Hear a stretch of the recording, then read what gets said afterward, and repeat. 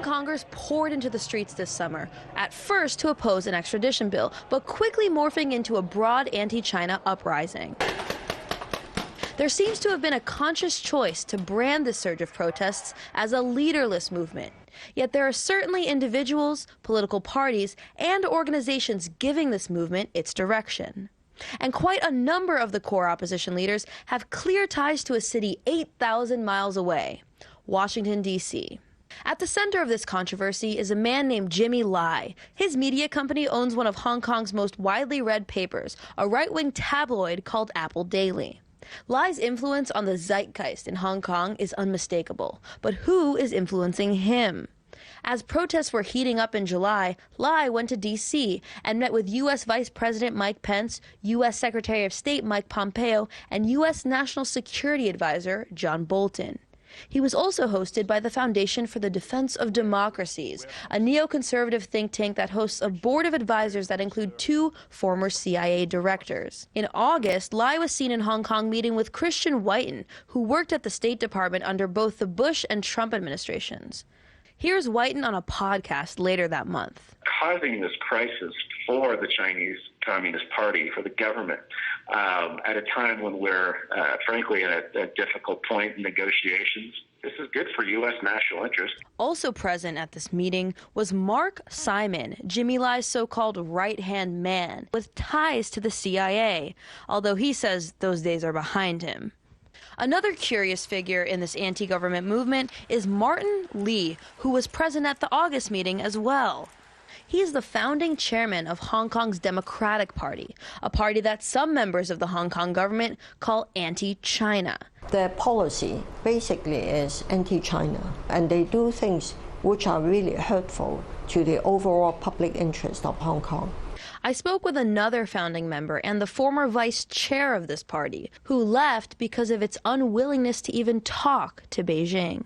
My understanding, dialogue is very important. I understand we need to talk with the Beijing or the SAR government, but they were fighting, just only fighting. Lee's connections to Washington go back decades, and as the current protest movement was heating up, Lee too took a trip to Washington and met with U.S. Secretary of State Mike Pompeo. Lee is the recipient of a number of awards from U.S. institutions, including a 1997 Democracy Award from the National Endowment for Democracy. Although the NED is technically an NGO, it has received millions of dollars from the U.S. State Department. And critics of the NED point to the fact that one of its former presidents said it was created to continue the work of the CIA without the CIA's stigma. It would be terrible for democratic groups around the world to be seen as subsidized by the CIA. We saw that in the 60s, and that's why it has been discontinued. That's why the endowment was created. I asked Lee about his party's alleged ties to the United States government. We have been very careful. We don't take overseas donations because that's not allowed with any foreign political party or political group. It may be illegal for a party to take money from a foreign government, but from a foreign NGO, that's another story. Michelle, let's talk about these organizations reputedly behind the protest. And I want to begin with, interestingly enough, and this may come as a surprise to a lot of people, the Ukraine connection. What is, if you could tell us, our viewers, what is Winter on Fire? Well, that's a good question. I feel it's very important to note that I've only been here for about 2 weeks, and in the time I've been here, there have been over 300 screenings of this documentary called Winter on Fire, which is a documentary that's been criticized in the past for whitewashing the Ukrainian revolution and actually leaving out the role of the United States in it.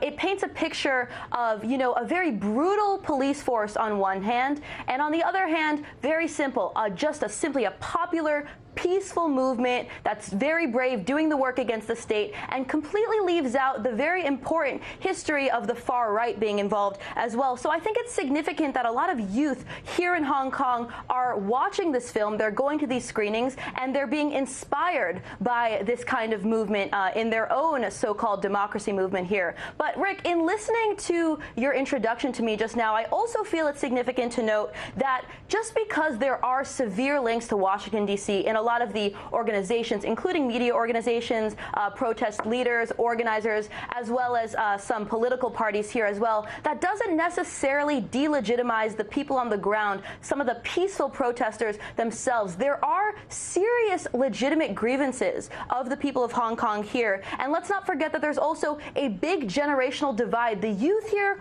overwhelmingly support the so-called democracy protest movement. These are, of course, people who did not necessarily live under British colonial rule. But like I said, there are legitimate grievances such as severe inequality here in Hong Kong. 1 in 5 people live in poverty here, and that number becomes 1 in 3 for the elderly. So I think it's important that this kind of growing poverty, as we all know, creates the kind of unrest that, unfortunately, combined with an unease over what could be mainland future rule here in Hong Kong, really creates the perfect conditions for, unfortunately, people who may have other agendas to come in and capitalize on those sentiments, to capitalize on that disorder and use it to further their own agenda. In this case, that's the agenda of Washington, D.C., who, as we know, is very interested in any reason to delegitimize China in the eyes of the international community right now. So there's a report out there that suggests that the State Department has a woman named Victoria Nuland, and she was recently overheard in the planning and the overthrow of the democratically elected government of Ukraine. Well, she was heard talking about it, where the State Department of the United States, let me make sure folks at home understand what I'm saying, under the auspices of this woman, Victoria Nuland, literally were creating a plan to overthrow the government of Ukraine, and it ended up being replaced with what was essentially a neo-Nazi regime. That's what the story says. Is that true? Yes, it came to light that the United States had poured $5 billion since 1991 in trying to support movements in the Ukraine. And Nuland was present at the Maidan protests, and she was handing out cookies, as were other politicians like John McCain. It was bipartisan. Both parties, Democrats and Republicans, were supporting the overthrow of the elected. I mean, it was corrupt, but it was an elected pro-Russian leader, and that's what triggered the conflict in the East. The 2 eastern provinces that were closer to Russia then basically pushed for their autonomy, and the Ukrainian military invaded the East, and it's turned into a very dirty war. But yeah, the United States has played a huge role from the beginning, and they've poured in huge weaponries. The Obama administration provided extensive weaponry to the Ukrainian military, even as it was committing a lot of atrocities, and had these neo-Nazi regiments within the military. Wow. And Trump expanded that to lethal assistance, although Trump has been slow to deliver some of the aid, and now he's trying to, at least verbally encouraging these peace talks, so maybe he's backing away from that military support. That would be nice if that's the case. Two things come to mind as I hear you say this, and as an American, first of all, I'm disappointed that I don't know this story well enough, that it's not told to me by any of the media entities in my country, and that's somewhat disheartening. And the other part of this is that I guess I have to ask you this question. Would you consider what the United States did there to be meddling? Yes, absolutely. This was a blatant coup d'etat. The protesters didn't have enough signatures for a referendum to impeach Yanukovych, the pro-Russian leader, and there was huge amounts of money being poured into the opposition through the National Endowment for Democracy, which was set up in the 80s basically to take over from what the CIA had been doing during the Cold War years, which was to meddle in other countries and support pro-American candidates. So it's a huge amount of money and weaponries. So you can imagine if Russia had been supporting movements in Mexico, how up in arms our media would be. Where so-called activists are actually taught to overthrow governments, as the Oslo Freedom Forum says, for good. Now, of course, you could say that means for good for the good of the people, or it could mean for good in perpetuity. There's a little bit of a question there. Now, a lot of these activists from Hong Kong were actually trained in preparation for the 2014 Occupy Central protest movement here, and they were actually described as weapons of mass destruction against the Chinese state. 10,000 protesters from Occupy Central were trained by the Oslo Freedom Forum, according to the BBC. So it's very possible that thousands of anti-extradition law protesters were trained by the forum as well. And there's also, I understand, correct me if I'm wrong, some comparisons being made generally to the color revolution. Certainly. Well, there are some comparisons being made as this being a color revolution because of the sketchy role that U.S. leaders and politicians have been playing in terms of leaders here in the movement. Although this is called a leaderless movement, there are clearly organizations that are pushing this anti-China movement here in Hong Kong. And I feel it's important to note, while we're on the subject of the Oslo Freedom Forum, that someone from the forum was actually in contact with a man named Joshua Wong on the regular, apparently daily, according to the BBC, during that 2014 movement. And this is the same Joshua Wong, the same so-called democracy activist who was caught in July meeting with a State Department official from the United States right here in Hong Kong. And this is also the same person who received an award from an organization called Freedom House, which, as we know, is a subsidiary of the National Endowment for Democracy. Now, these links to the National Endowment for Democracy, although they do not end with Joshua Wong, there are a few more as well, are significant to talk about because the former president of the National Endowment for Democracy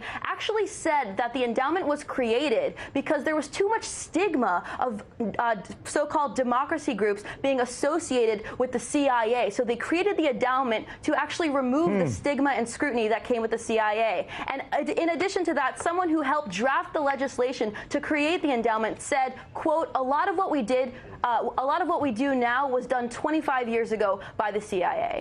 Didn't we just report this last Friday that Hong Kong had given protesters what essentially they wanted by quashing the extradition law, right? Yes. And wasn't the extradition issue what really sparked the demonstrations in the first place? Yes. So if protesters got what they wanted, why are they still protesting?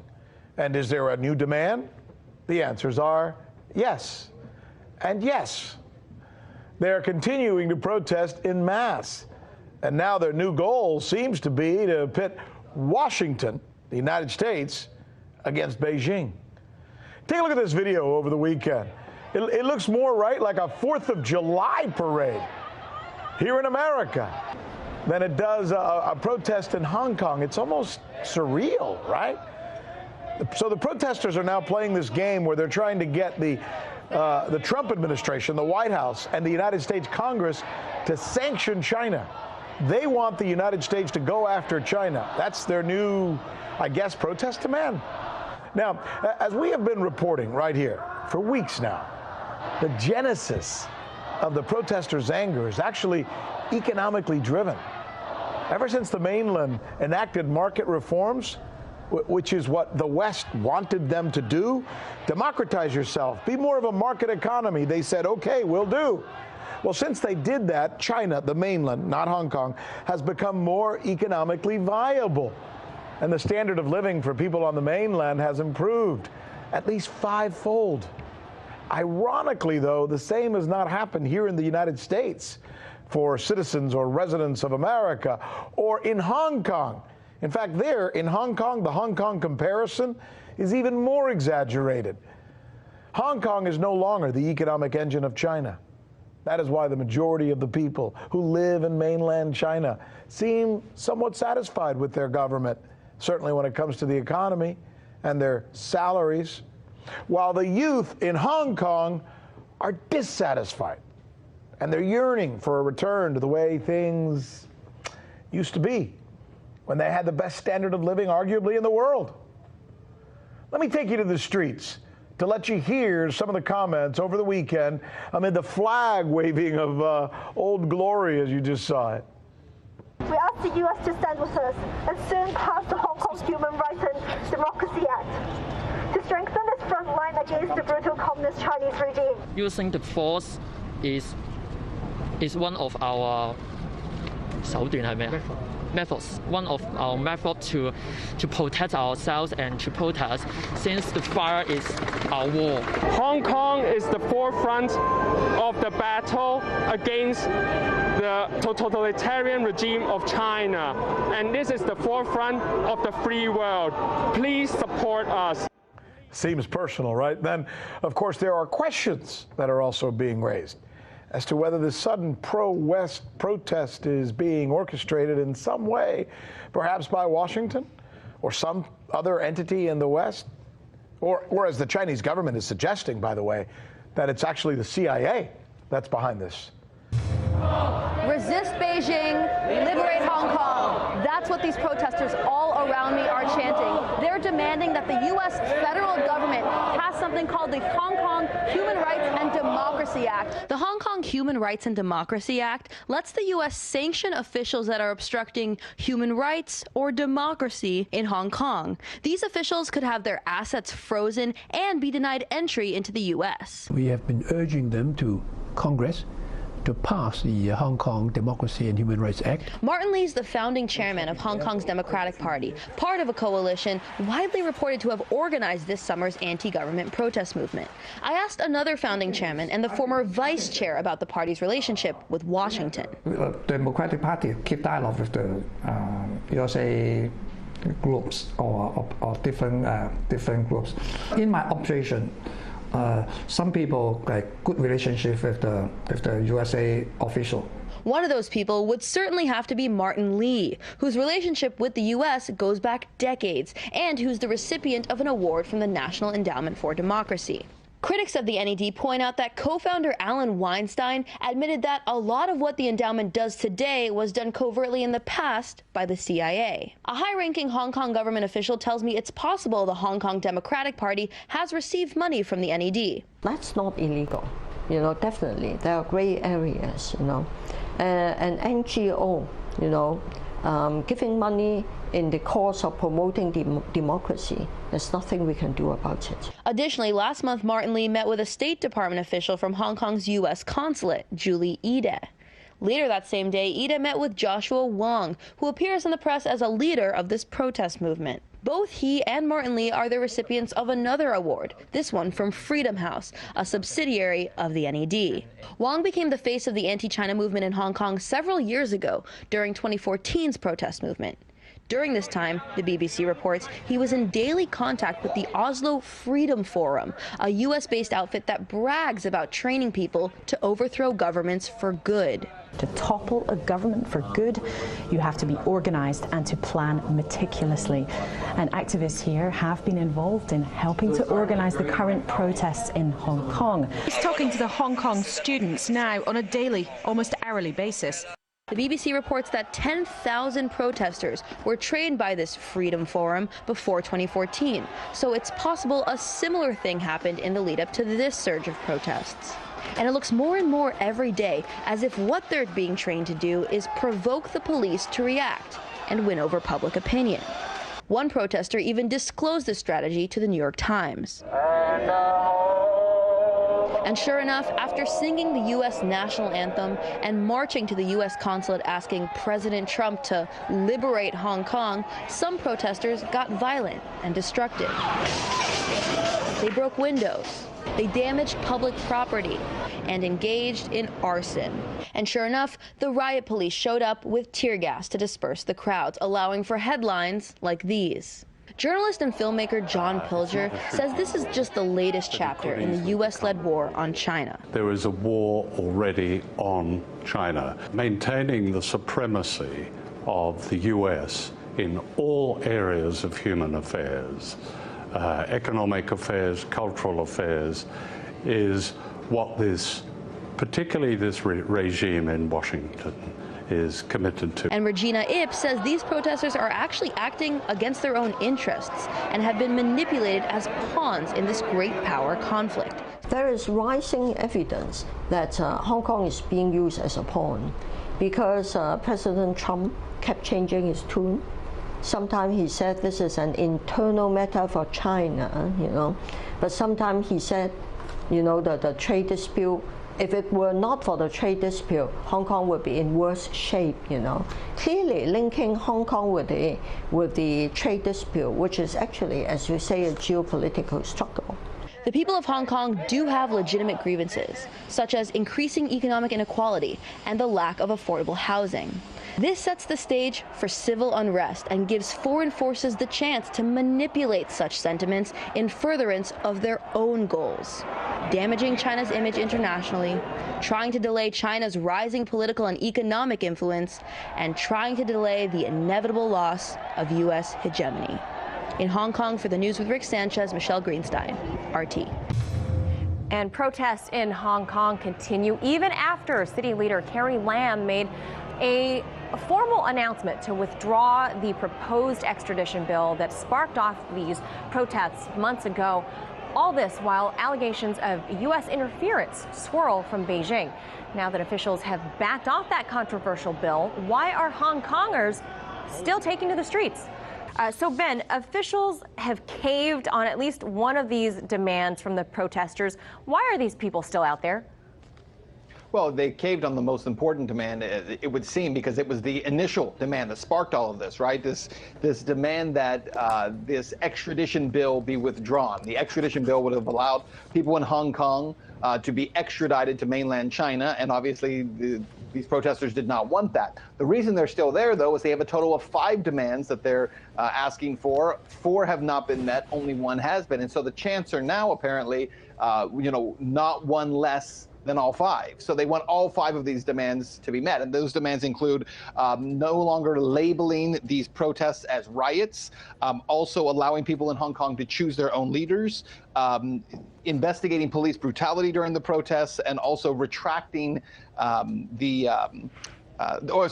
unconditional release of all demonstrators. So those are essentially the other 4 that remain. Will they get all 4 of those additional ones? I don't know. I doubt they're going to get to choose their own leaders, but who knows? I mean, if they keep this up long enough, they might be able to. Okay, so a lot of these demands are actually born from the protests themselves. Right, they're secondaries. Mm-hmm. Okay, gotcha. So now Beijing, though, appears to be kind of dismissive, of the sentiment coming from the protesters. They're essentially denying that, any of this is organic.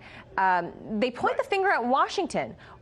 Would they be wrong, Ben, to connect any of these anecdotal dots? No, I don't think they're wrong to connect those dots. Look, I think that it's wrong to assume that this is entirely the product of Western interference, entirely the product of the U.S. going in there and creating some kind of discord and strife. I don't think that's true. I think the people in Hong Kong genuinely were upset by this idea. I think they genuinely, many of these young people said we're saying no to this extradition bill, and the only way to do that is through marches, through shutting down airports, and in some cases through violence. I mean, violence against people I don't think is acceptable on any level, but sometimes there is, I think, an acceptable amount of violence in terms of damage that's done in order to get attention. I think that's what's happened here in some of those cases. However, that doesn't mean that once these protests began, that the U.S. stayed out of them. And I think that there is some evidence that the U.S., and specifically through the CIA, has gone in there and tried to create more unrest and create additional problems. So I think in the beginning, yes, it was born out of genuine concern, but I'm not sure that all of it has remained that way. And Ben, a lot of people are drawing comparisons from Hong Kong to Ukraine. Do you see any comparisons to the color revolution here? Well, I think it's very different.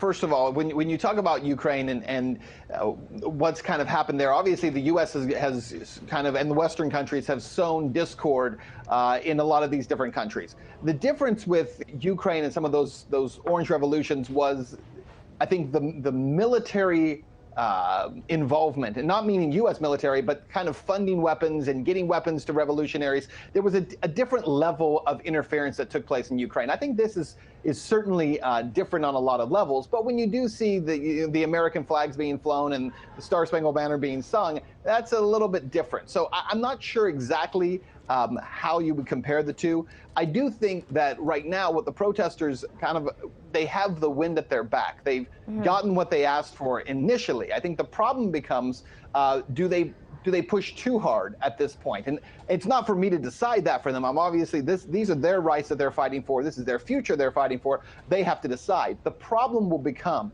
if there are outside forces that are pushing their own agendas, if the U.S. is involved pushing its own agenda, then it undermines the true push for democracy and the true push for individual or human rights that is being fought for here. And the U.S. has the potential to undermine that by getting involved.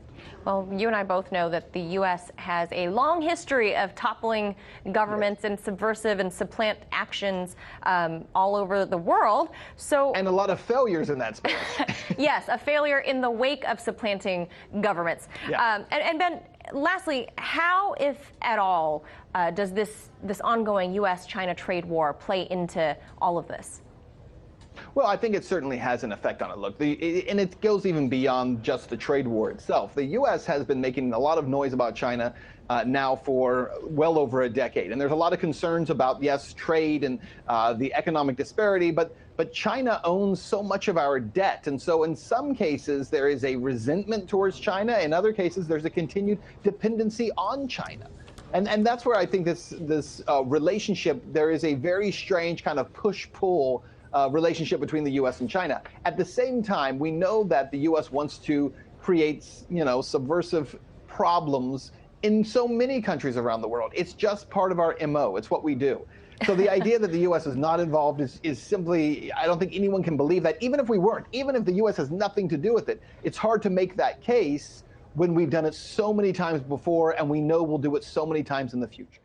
Well, it's definitely one of the things that they've been officially demanding. After months of protests, 1,100 arrests due to violent clashes between the Hong Kong police and anti-government protesters, Chief Executive Carrie Lam did announce that the bill will formally be withdrawn. Now, I should say that she explained that this was already temporarily shelved, as you mentioned, and that it was set to automatically be withdrawn next July. However, now she's officially withdrawing it simply to eliminate any doubt about her intentions. In addition, she also addressed the remaining 4 official demands by these protesters. I will run through them very briefly.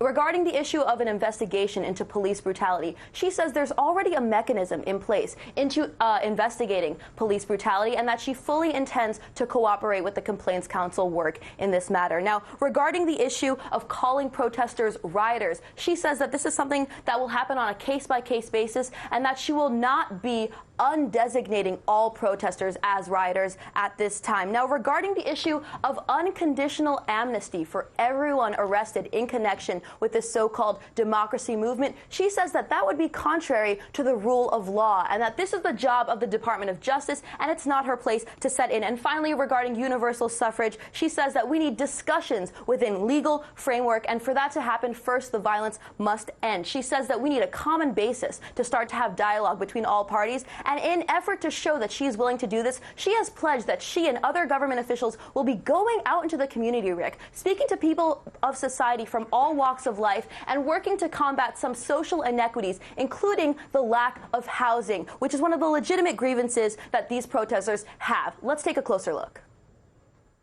This is the Peak, an area notorious for its exclusivity since the British colonial era, and the single most expensive neighborhood in Hong Kong.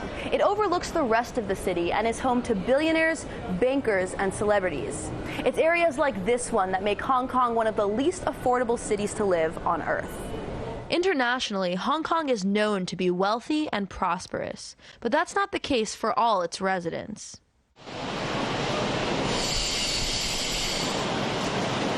One in 5 people live in poverty here, and that number becomes 1 in 3 for the elderly. And when it comes to housing, over 200,000 people live in what SOCO, a Hong Kong social services organization, calls inadequate housing, like these subdivided flats. In a subdivided flat, your bed is your living space. Kitchens and bathrooms are shared. In this flat, by 24 people. Some flats don't have kitchens, and the rent is more expensive if you have your own toilet. In Hong Kong, actually, the gap between the rich and the poor is very big. Si Lai Shan is a community organizer with SOCO. I think the government is still not enough support to those underprivileged. Those underprivileged, they don't have political power. She tells me that, on average, families wait 5.5 years to receive subsidized housing. And if you're in an urban area, it's closer to 8 years. And if you're young, single, and without a family, it could be 20. I spoke with the leader of Hong Kong's largest labor organization about this. Housing in Hong Kong is a big problem.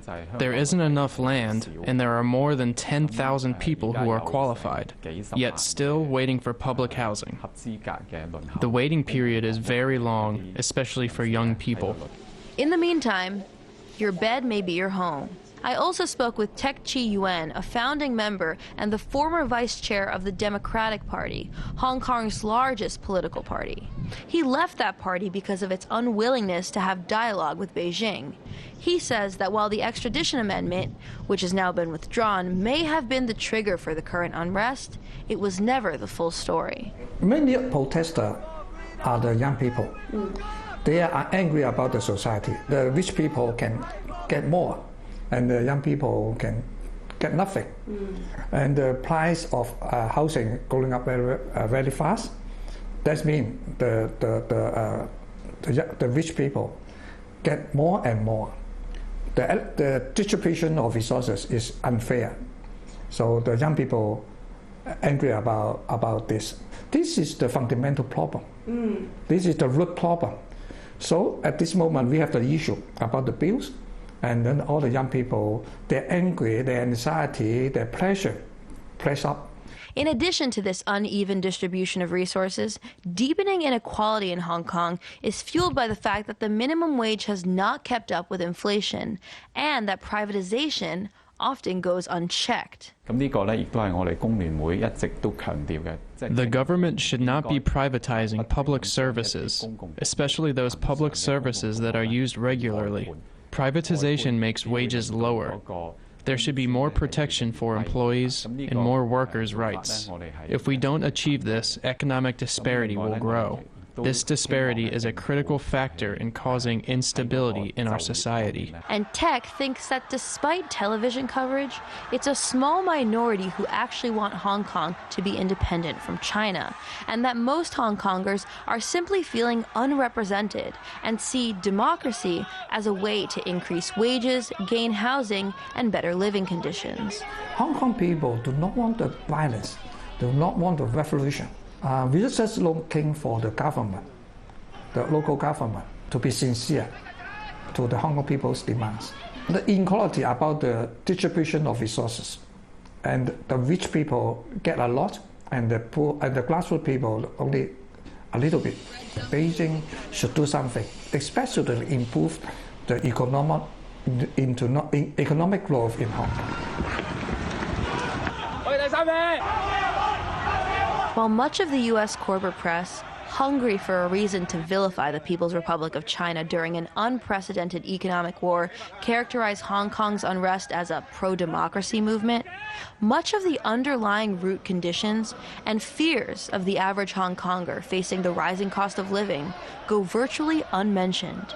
And it's these conditions that make the situation in Hong Kong the perfect storm for a widespread protest movement, especially among the young. Fight for freedom! Now, Rick, to be clear, this is a generation that's been bred in a Western culture, and since they are being given the impression that something's being taken away from them, it would be unheard of if there wasn't a bit of backlash. But the irony is perhaps that if this Hong Kong government were actually less autonomous and were able to follow in the footsteps of a more higher degree of central planning, such as in the People's Republic of China, more people would have been lifted out of poverty. Now, as for on the ground here in Hong Kong, the protesters are unsatisfied, to say the least. Some of the people that claim to be leaders of this anonymous movement say that the battle continues and that this withdrawal of the extradition amendment, quote, does not change a thing.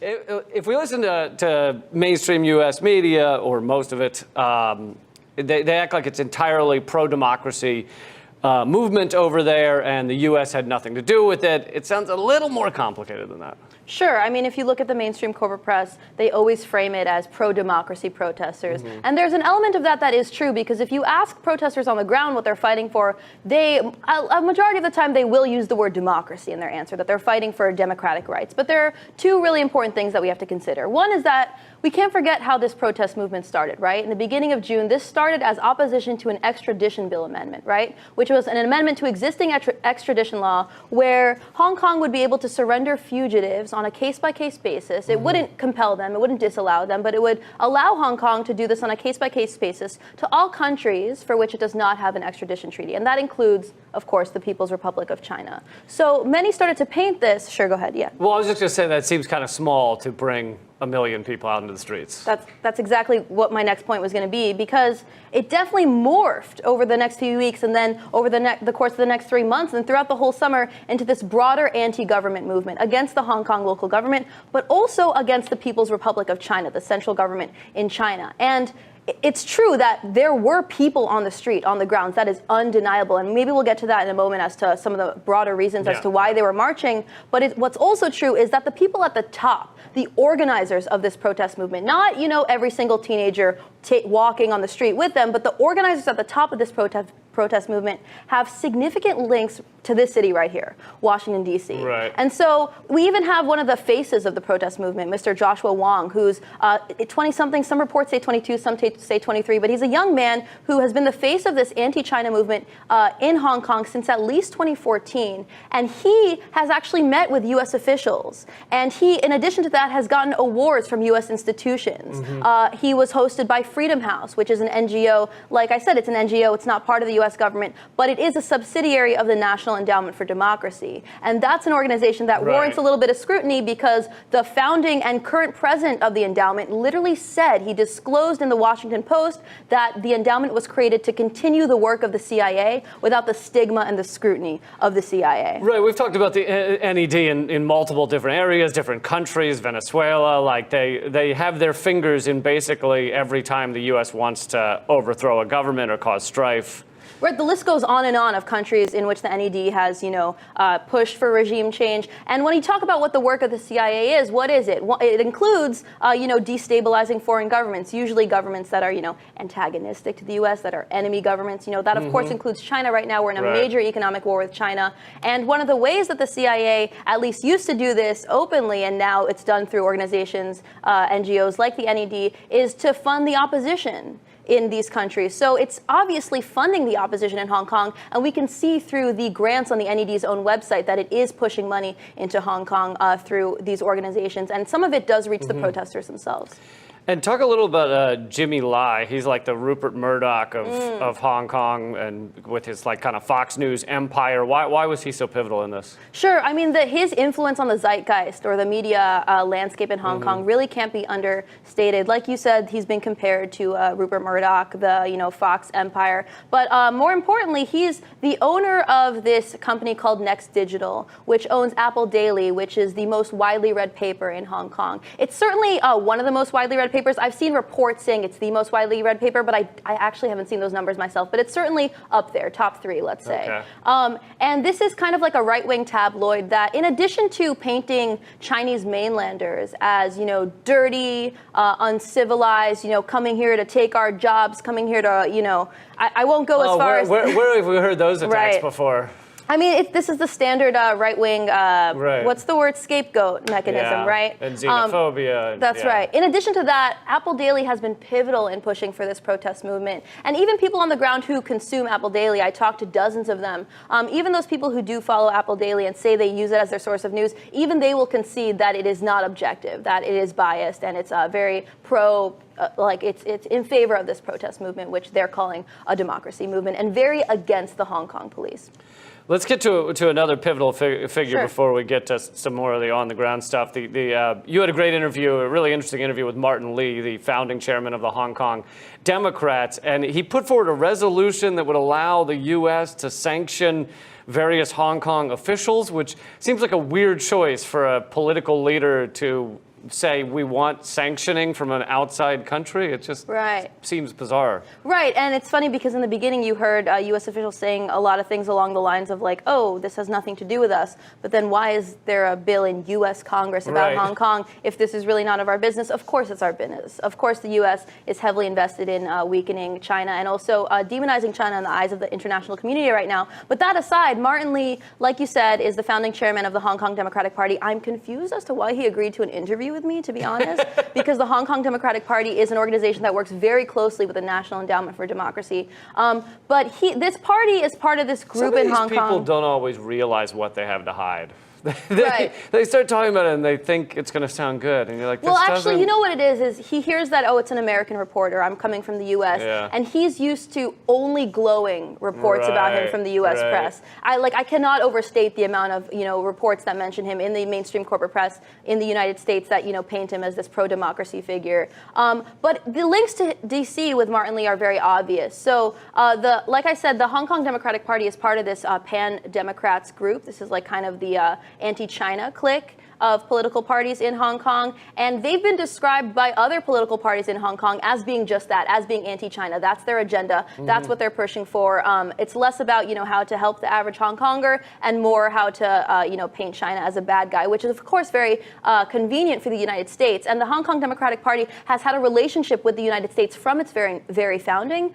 Just as one example, Martin Lee actually got an award from the National Endowment for Democracy. He got a Democracy Award from this NGO. So that's just one of the many links to DC that we have in some of these parties in Hong Kong. But in addition to that, he was also hosted at the same time by Freedom House when Joshua Wong was hosted. And they actually attended the same event together. So Freedom House, like I said, just to remind us, is an NGO, but it's also a subsidiary of the NED. Man, so these things all sound so wonderful. Democracy Awards, Freedom House. Oh, if you ever so see beautiful. the word freedom or democracy in an NGO, it should be a red flag at this point. Freedom fries are delicious. And by the way, the bill that you mentioned is called, guess what? The Hong Kong Human Rights and Democracy Act. Wow, it's got Sounds it all. so amazing. It's got it all. Right? I'm surprised they didn't squeeze freedom in somewhere.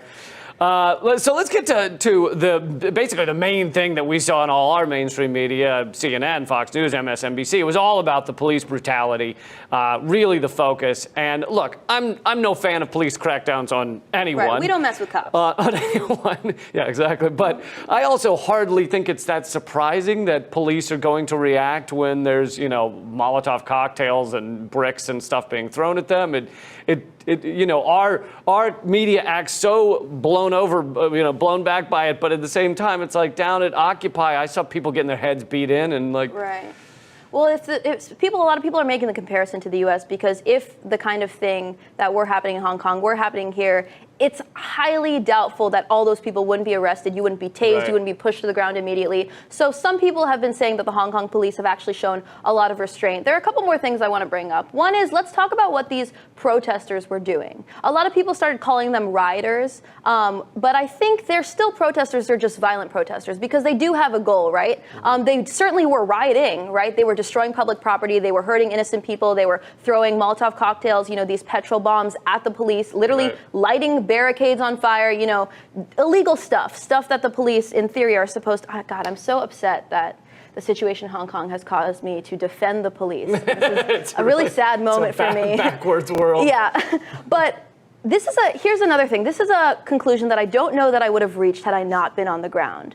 And that is that the press, by and large, are all getting shots of the police, but none of them are really turning their cameras onto these protesters. And it's very true that there have been numerous peaceful demonstrations in Hong Kong during the day. A lot of people join into these demonstrations. How could you be against democracy? Everyone wants to be part of a community. Everyone wants to feel that people power, right? It's powerful to be part of a widespread protest movement where we're marching. Who wouldn't want to be a part of that? But it's often after these peaceful marches at night that the violence really begins. And that's when people start throwing bricks at the police. That's when people start throwing these Molotov cocktails at the police. That's when all these fires are being lit in the middle of the street. Windows are being broken.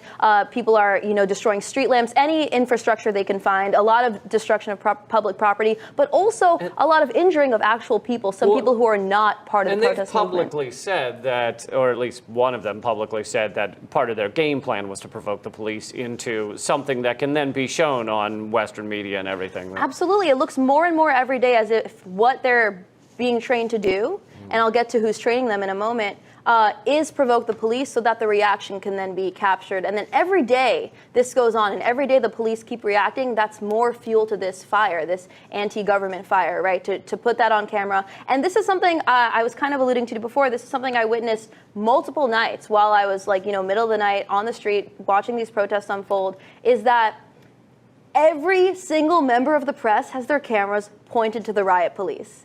And it's great, let's expose what the police are doing. Let's show that they're coming in with weapons, but let's also show the weapons on the other side. Both sides. And it's as if they're waiting for the reaction. And there's one pivotal moment that got a lot of mainstream press here and in Hong Kong, and it's that one officer actually fired his revolver into the air. It didn't injure anyone. He wasn't shooting at people. And this was the big photo everywhere. It was here he is with the gun. Oh my gosh, the police officers have finally drawn their weapons. And this was 3 months after the protest movement started. So think about that for a second. Would it take 3 months for a police officer here to draw their gun after months of protests? Probably not. Meanwhile, our cops are killing 1,000 people a year, but Right. with I their mean, guns. but also let's be fair. Like the bar is on the floor. We shouldn't compare it to the U.S. cops because the U.S. cops are the absolute worst. But at the same time, they are showing restraint. But what I wanted to say about that cop firing his revolver into the air, besides the fact that no one was injured, is that this happened after a mob of protesters were chasing this outnumbered group of police down the street. This was after like a long night of rallies and protests, where this angry mob, I guess, like I hate to use that term because usually it's used by the right-wing media here, but this angry mob was literally chasing police members down with clubs. And so he, I guess, felt cornered to the point where he had to fire his gun, but he wasn't firing it at people too. So, but this is an example of how the media now has this image of this Hong Kong police officer with a gun that's been, spewed everywhere. Well, so let's get to all the protesters, which there were hundreds of thousands, if not over 1 million, at various times, that were not violent, and why they were there. Like, you said they would occasionally say pro-democracy, but it seems like there was, and you did a great segment on this as well, that the fuel for this fire is really the inequality in Hong Kong, the housing crisis, the privatization. They're dealing with a lot of the same problems that Americans are, even if some of it may be worse there.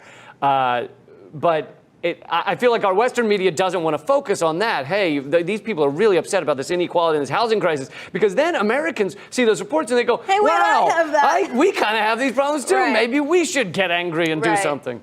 I mean, that's the thing, is that I wouldn't say that it's the only thing fueling these protests, because the extradition bill certainly was the catalyst, and they definitely used this to capitalize on existing sentiments of anti-China that have existed in Hong Kong since the handover back to China. But at the same time, I spoke to a number of people, experts you could say, who said that this kind of widespread protest movement would not exist if there weren't serious social inequities. At the same time, though, some are saying this is not a genuine working class movement, because the demands of these protesters are not to deal with the housing crisis. They're not to deal with increasing economic inequality, and inequality in Hong Kong is wild, by the way. 1 in 5 people live in poverty, and that number actually becomes 1 in 3 for the elderly. On top of that, I think it's 16 or 18 tycoons, like these rich businessmen, have the same amount of wealth as the entire budget of the government of Hong Kong. So inequality, I mean, we don't have to, tell people in the United States about inequality. We have it here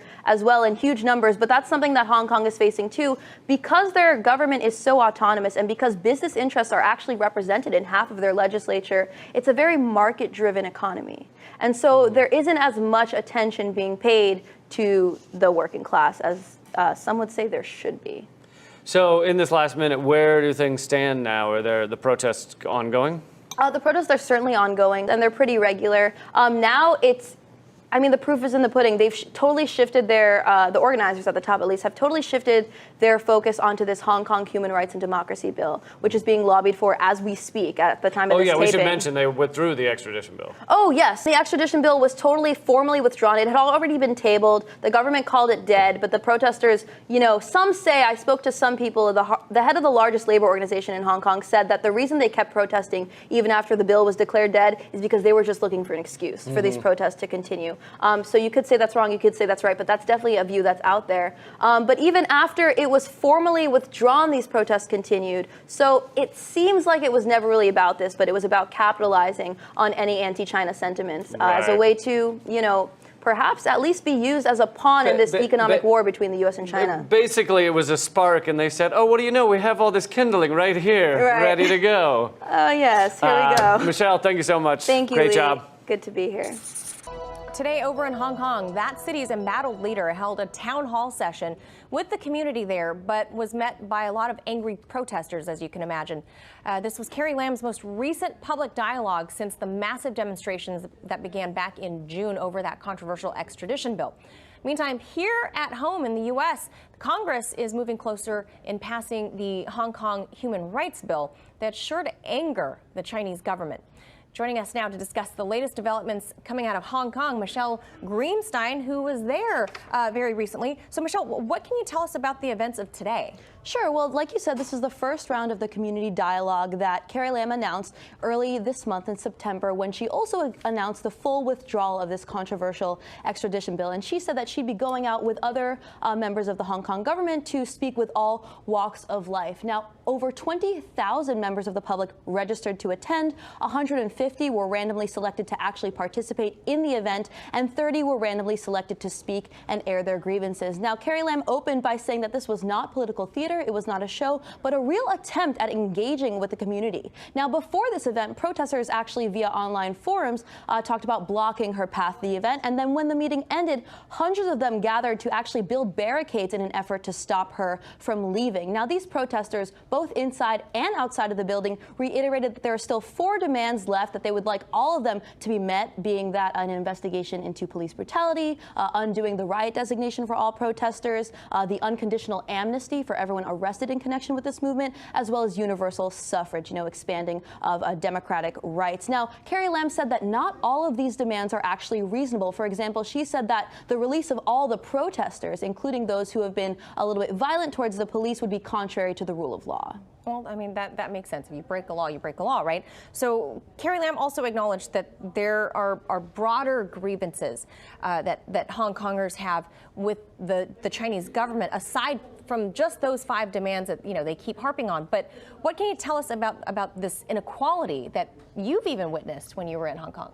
Well, the gap between the rich and the poor in Hong Kong is highly significant, and many have said, like you just alluded to, that this broad-based anti-government movement could not be understood without looking at this inequality. In 2018, Hong Kong experienced the highest levels of inequality in 45 years. 1 in 5 people live in poverty in Hong Kong, and that number actually becomes 1 in 3 for the elderly. Now, a July poll, and this is significant, conducted by The Conversation, said that 92% of Hong Kongers polled agreed that the wealth between the rich and the poor in Hong Kong is at an unreasonable level, and 84% agree that they are angry about this class inequality in Hong Kong. And this is due to a number of factors, and Oxfam explains that some of those factors are the following. One is that the minimum wage, as it does here in the U.S., often falls behind the rate of inflation, so people are not seeing their wages rise, and also that low-income workers, although Hong Kong is known as a very wealthy and prosperous city, these low-income workers, the vast majority of workers in Hong Kong, are not seeing the fruits of this economic growth.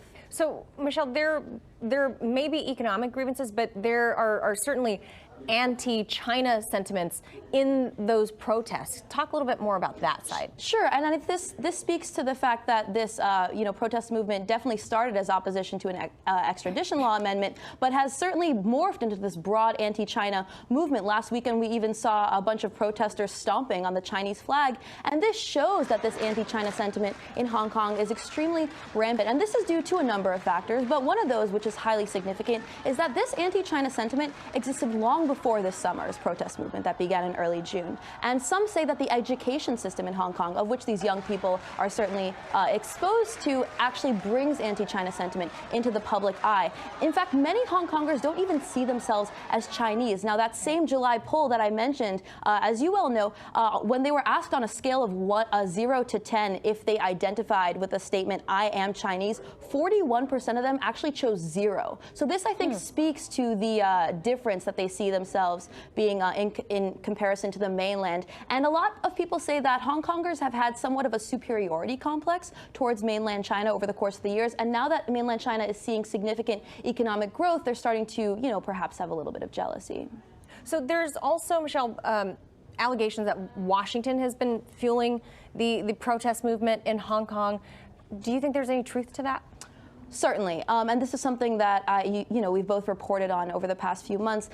Given this economic war, this unprecedented economic war between the U.S. and China, and Washington's attempt to delay China's rise and delegitimize China in the eye of the international community, Washington is certainly collaborating with some of the leaders and the organizers of this protest movement, as we've reported on in depth in the past. However, this widespread protest movement is something that an outside force like Washington, D.C. can only capitalize on or co-opt, right? They didn't create the underlying conditions for social unrest. We saw Joshua Wong here last week. That's right. And he's someone who's, met with State Department officials. He's gotten awards from the National Endowment for Democracy and its subsidiary Freedom House. So there's certainly connections to D.C. But I spoke with the president of the largest labor organization in Hong Kong, and he believes that this protest movement is not a genuine working class movement, but he does believe that, these underlying issues of inequality, the lack of affordable housing, stagnant wages, this is what sets the stage for social unrest. And he also explained that the average Hong Konger has virtually no collective bargaining rights, Manila. And he also stressed the representation of business interest in the government, in the legislative council. So